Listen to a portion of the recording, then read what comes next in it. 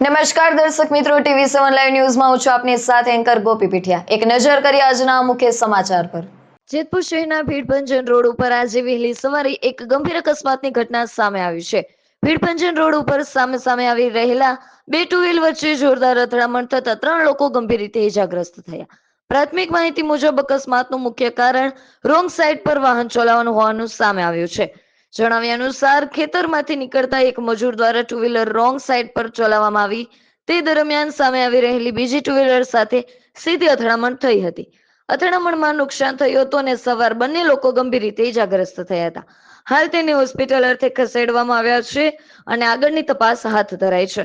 TV7 live news સાથે reporter Chirag Solanki, Jetpur.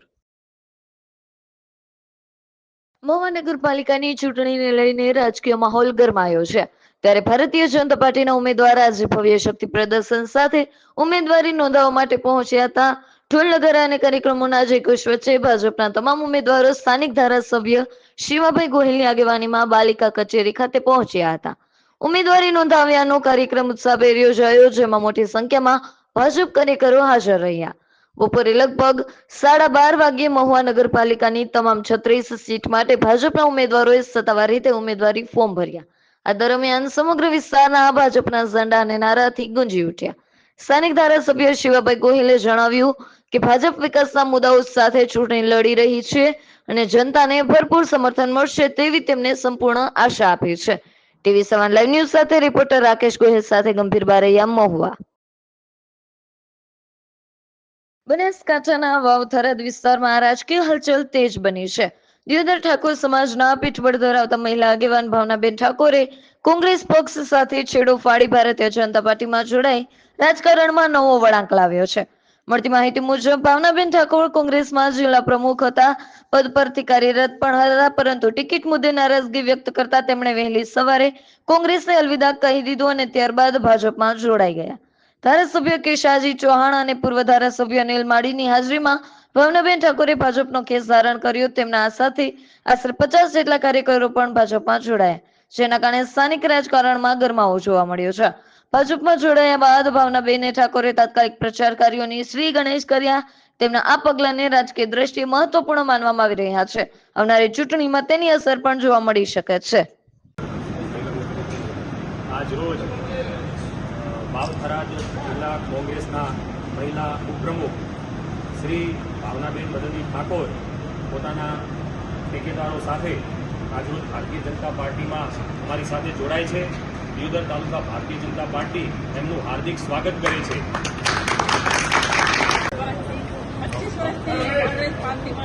કામ કરતી હતી પણ મારી કદર ના કરવામાં આવી એટલે મુશ્કેલો કાઢીને ભાજપમાં જોડાણી જો તમામ 50 કાર્યકર્તા હમણાં જોડાઈ ખૂબ ધન્યવાદ।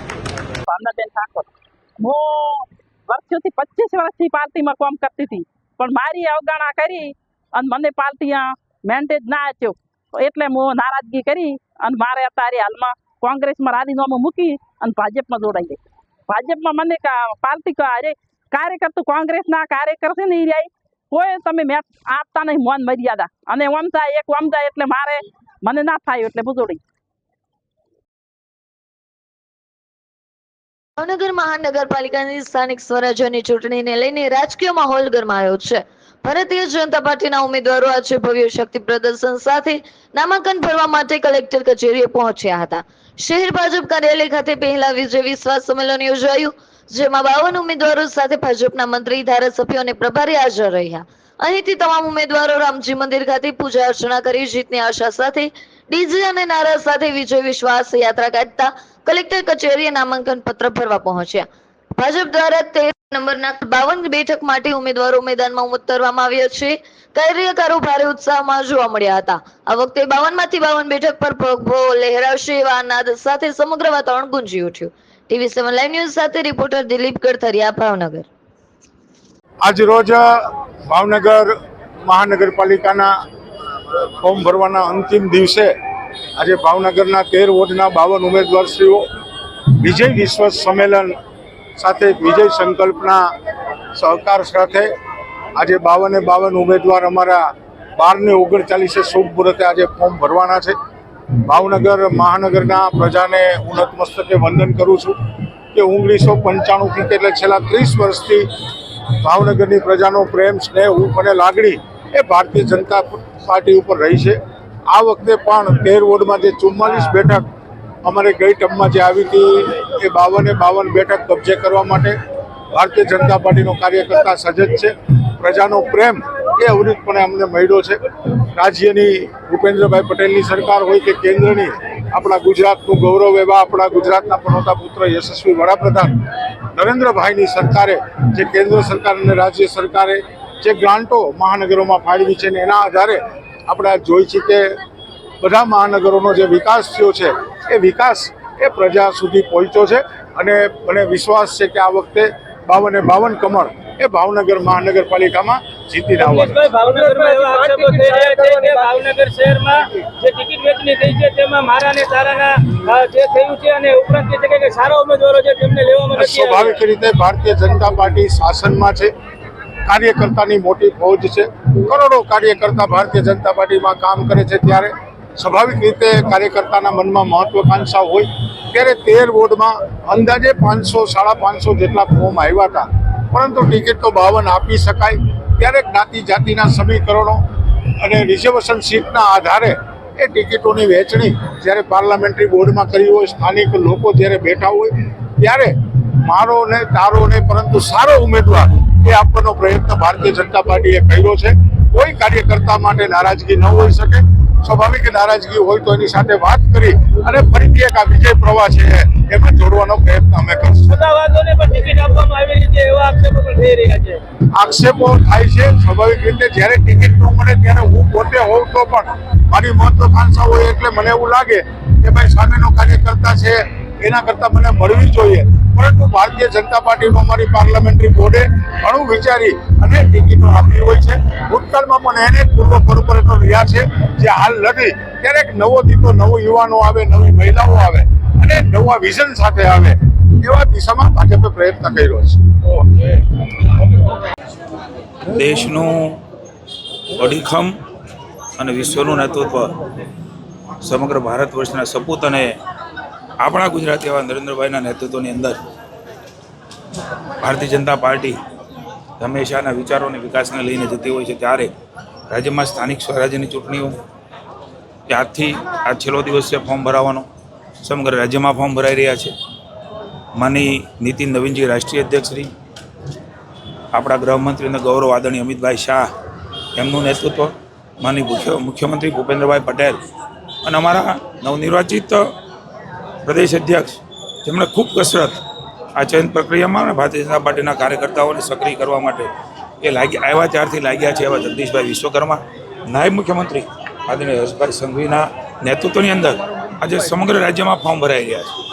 મને ખુશી છે કે આજે ભાવનગરમાં પણ 52 ઉમેદવારોના ફોર્મ ભારતીય જનતા પાર્ટીના અમારા માનનીય પ્રમુખ કુમારભાઈના નેતૃત્વમાં સમગ્ર શિસ્વત નેતૃત્વ આદરણીય અમિતભાઈ આદરણીય અમોભાઈને, પૂર્વ સૌ અધ્યક્ષો, પૂર્વ મેયરો એની વિશેષ ઉપસ્થિતિમાં આજે રંગેચંગે નામાંકન દાખલ કરવા માટે અમે બધા આવ્યા છીએ. મને શ્રદ્ધા અને વિશ્વાસ છે 7મી વાર આપ સૌને પુનઃ એકવાર કહું છું, સમગ્ર રાજ્ય પણ ભારતીય જનતા પાર્ટી જીતવા જઈ રહ્યું છે અને 7મી વાર ભાવનગર મહાનગરપાલિકા જનતા જનાર્દનના આશીર્વાદથી, કોઈ અભિમાનનો અહંકાર નથી.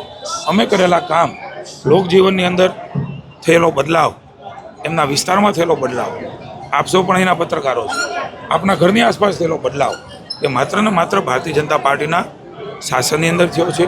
કોને એકવાર આ વિકાસની વણથંભી યાત્રા 533 કરોડનો એક એવો બ્રિજ જે જોઈન્ટ કરીને પુલની ઉપર પુલ બનશે. આવી વિકાસની અનેકવિધ વાતો, એ પાણી લાવવાનો હોય, એ ફોર્ટેક 6 સ્ટેટ રોડ કરવાના હોય, એ ફિલ્ટ્રેશન પ્લાન્ટ કરવાના હોય, રિંગ રોડ કરવાનો હોય, આ તમામ બાબતોમાં ભાવનગર એક ન્યૂ ભાવનગર તરીકે જઈ રહ્યું છે. ત્યારે મને શ્રદ્ધા છે કે પોકળ દાવાઓ કોંગ્રેસ અને આપ પાર્ટી કરતી હોય કે ચૂંટણી આવે અમારી પાસે આટલી બધી તાકાત છે, આટલી મોટી ફોજ છે, એ તમામ દાવાઓ પોકળ થયા છે. આજે દયની સ્થિતિ એટલે કે ઉમેદવારો ગોતવા પડે એ મળતા ન હોય, જે આવે એને ઊભા રાખવા પડે. આવી સ્થિતિમાં અને ઉમેદવારો પણ હું કહું છું આપની રાજ્યની જનતાને, આપ જોઈ શકશો કે કેવા ઉમેદવારો એ વિપક્ષના લોકો પાસે છે. જેને જનતાના પ્રશ્નોની ચિંતા નથી, જનતાની સેવાની ચિંતા નથી, માત્ર ને માત્ર એક જ્ઞાતિ જાતિ તરકટો કરીને લોકોને ભોળવા નીકળે છે, ત્યારે ગુજરાતની જનતા, ભાવનગરની જનતા એ સુપેરે જાણે છે. સંપૂર્ણ શ્રદ્ધા સાથે, વિશ્વાસ સાથે, વિનમ્રતા સાથે જનતાના આશીર્વાદ લઈને માનનીય ભૂપેન્દ્રભાઈના નેતૃત્વમાં, જગદીશભાઈના નેતૃત્વમાં મહાનગરપાલિકા, નગરપાલિકાઓ, તાલુકા જિલ્લા પંચાયતો, આ તમામ અમારી જે ચૂંટણીઓ છે એમાં જળહળતી ફતે એ જનતાના આશીર્વાદથી એક કમળ ઉપર સંપૂર્ણ શ્રદ્ધા રાખીને કમળના નિશાનને રાજ્યની જનતાને, ભાવનગરની જનતા જીતાડે એ વિનમ્ર ભાવે અપીલ પણ કરું છું. જીતુભાઈ, ભાવનગરમાં એવો આક્ષેપ થઈ રહ્યો છે કે ટિકિટ વહેંચણીમાં સગાવાદ અને જ્ઞાતિવાદ આવ્યો છે, એ બાબતે શું કહેશો? આવનારા દિવસોમાં ચૂંટણીનું રિઝલ્ટ એ બતાવશે. સંપૂર્ણ અમને શ્રદ્ધા છે. ચયન પ્રક્રિયા એ અમારા રાજ્યનો વિષય છે, પણ એકવાર ચયન થયા પછી ભારતીય જનતા પાર્ટીનો કાર્યકર્તા અને જનતા એ વિચારધારા અને વિકાસ લઈને કામ કરતો હોય છે. આપણે પણ જોયું છે. હું પુનઃ એકવાર કહું છું, 7મી વાર ભાવનગર મહાનગરપાલિકા એ જનતાના આશીર્વાદથી જીતવા જઈ રહ્યા છે એવું કહેતો હતો. મને શ્રદ્ધા છે કે અમે જીતી ગયા છીએ. જનતાનો પ્રેમ એમની આંખમાં મને દેખાય છે. આ ચૂંટણીનું રિઝલ્ટ આવે એટલે મારી આ બાઇટ આ ભાવનગરવાસીઓને બતાવજો. હું ભાવનગરવાસીઓનો આજે આભાર માનું છું, તેથી પણ આભાર માનું છું. જીતુભાઈ, મહુવામાં અને વલભીપુરમાં જૂથબંધીને લઈને અનેક રાજીનામા પડ્યા છે Bhajap. Thank you.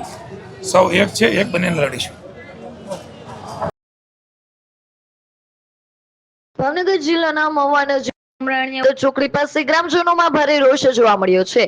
National highway number 8 પર કટ ન મળતા કટ નહીં તો મત નહીંના સૂત્ર સાથે ગ્રામજનોએ ચૂંટણી બહિષ્કારની જાહેરાત કરી. ઉમરાણીયા વદર, રૂપાવટી, કોજડી, કાડેલા, બોરડી, સેદડા, ભાણવદિયા, બેડા, વાવ, ગરડા, તરેડ, કાકેડી, રાજાવદર, બેલંત્રા અને શેત્રણાણ અને ચૂણા જેવા અનેક ગામોને જોડતા મહત્વનો માર્ગ છે. ગ્રામજનોએ અનેકવાર તંત્રને રજૂઆત કરવા છતાં કોઈ પણ કાર્યવાહી ન થતા હવે આંદોલનનો રસ્તો અપનાવ્યો છે. સ્થાનિકોના કહેવા મુજબ હાઈવે પર કટ ન હોવાને કારણે લોકોને લગભગ 4 કિલોમીટર ફરવું પડે છે, જેના કારણે એમ્બ્યુલન્સ અને દર્દીઓને ગંભીર મુશ્કેલીઓનો સામનો કરવો પડે છે. આ કારણે સ્થાનિક સ્વરાજ્યની ચૂંટણી સહિત આવનારી તમામ ચૂંટણીઓનો બહિષ્કાર કરવાનો નિર્ણય લેવાયો છે. TV7 લાઈવ ન્યૂઝ સાથે રિપોર્ટર દિલીપ ગડથરિયા.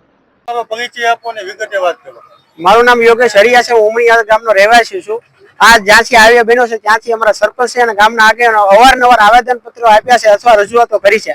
આજ દિન સુધી કોઈ પણ અમને આ કટનું નિવારણ નથી આપવામાં આવ્યું. ભાવનગરથી રાત્રે દર્દી આવતા હોય તો અવર જવરમાં બહુ એમાં જે પરેશાની આવે છે અને જે સ્કૂલે બાળકો જાય છે ને અમારા જીવના જોખમે અમારા છોકરાઓને મોવે સ્કૂલે ભણવા મોકલીએ છીએ. વાહન ભાડાથી લઈ અને મજૂર લોક અમારા ગામમાં વધારે રહે છે. મોવે જવા માટે અથવા આવવા માટે એટલી બધી મુસીબતો છે. આજે અમારે નો છૂટકે આ ચૂંટણીનો બહિષ્કાર કરવાની ફરજ પડી છે. અને બીજી વસ્તુ મેં એ છે કે અમારું ગામ છે એ અમે દાડી કરીને ખાતા હતા, દાડી કરીને ખાશું અને ભવિષ્યમાં પણ દાડી કરીને જ જીવશું. માટે અમારે તમારા કોઈ પણની જરૂર નથી. માત્ર ને માત્ર અમને આ એક કટ આપી દો એટલી અમારી માંગણી છે. નકર ભવિષ્યમાં નહીં પણ કોઈ પણ અમારો ગામનો વ્યક્તિ કોઈ પણ પક્ષનો છે મતદાન કરવા નહીં જાય એ વસ્તુ સિમકી નથી, પણ આ એક રિયલ વસ્તુ છે. અને અમે જ્યાં સુધી હાજીજી કરી આવેદન પત્ર આપ્યા કોઈ પણ વસ્તુ અમારી કોઈ સાંભળતું નથી. માટે અમારે નો છૂટકે આ નિર્ણય લેવો પડ્યો છે અને અમારો એક જ નારો છે, ઉમરીયા વદરને કટ નહીં કો મત નહીં. ઓકે, ચલો. મારું નામ ભરતભાઈ બાબુભાઈ ડાબી, ઉમરીયા વદર હાલ સરપંચ છું. અવારનવાર નેશનલ હાઈવે ઓથોરિટીને અમે લોકોએ રજૂઆત કરી કે અમને અહીંયા ક્રોસ આપો, કટ આપો, અજરલ બ્રિજ આપો, પણ આજ દિન સુધી છેલ્લા 4 વર્ષથી અમે લોકો હેરાન થઈએ છીએ. અને કેટલી વાર રજૂઆત કરી, અધિકારીઓ છે, પદ અધિકારીઓ છે, મીઠા જવાબ આપી દે છે અને કહી દે થઈ ગયું છે, ડિઝાઇન થઈ ગઈ છે, ટૂંક સમયમાં ચાલુ થશે, પણ હજી કોઈ નિકટ પરિણામ આવ્યું નથી. અમે કેટલી રજા ગામના લોકો એટલા હેરાન થાય છે ને એની કોઈ વાત નહીં. છેલ્લા 4 વર્ષમાં મિનિમમ 15 થી 20 જણા એક્સિડન્ટ થાય છે. એક્સિડન્ટ થાય એટલે ઉમરીયા ચોકડી પર તરત અકસ્માત પામીને તરત મૃત્યુ જ પામે છે અને નાના વાહનવાળા બહુ હેરાન થાય છે. અમારા ગામનું પહેલા રિક્ષા ભાડું સામાન્ય 10 રૂપિયા હતું, અત્યારે 30 રૂપિયા. નાના સ્કૂલના બાળકો મહુવા જાય ભણવા તો 40 રૂપિયા ભાડું આપવું પડે છે. તલગાજડા વચ્ચેની કટ હતી, બંધ કરી તલગાજડા કરી નાખ્યું, દૂર કરી નાખ્યું. એટલે નાના વાહન ભાડું ચલાવતા ટેમ્પાવાળા બહુ હેરાન થાય છે. એટલે વહેલા તકે જો આ કટ નહીં થાય તો આવનાર ગ્રામ પંચાયત હોય, વિધાનસભા હોય કે લોકસભા હોય, સ્થાનિક સ્વરાજની ચૂંટણીમાં તો અમે બહિષ્કાર કરીશું જ, પણ આવનાર કોઈ પણ ચૂંટણી આવશે ગ્રામ પંચાયત થી લઈને સ્થાનિક સ્વરાજની ચૂંટણી, વિધાનસભા કે લોકસભા, એમાં કોઈ મતદાન કરવા નહીં જશું. અમે સંપૂર્ણ બહિષ્કાર કરશું.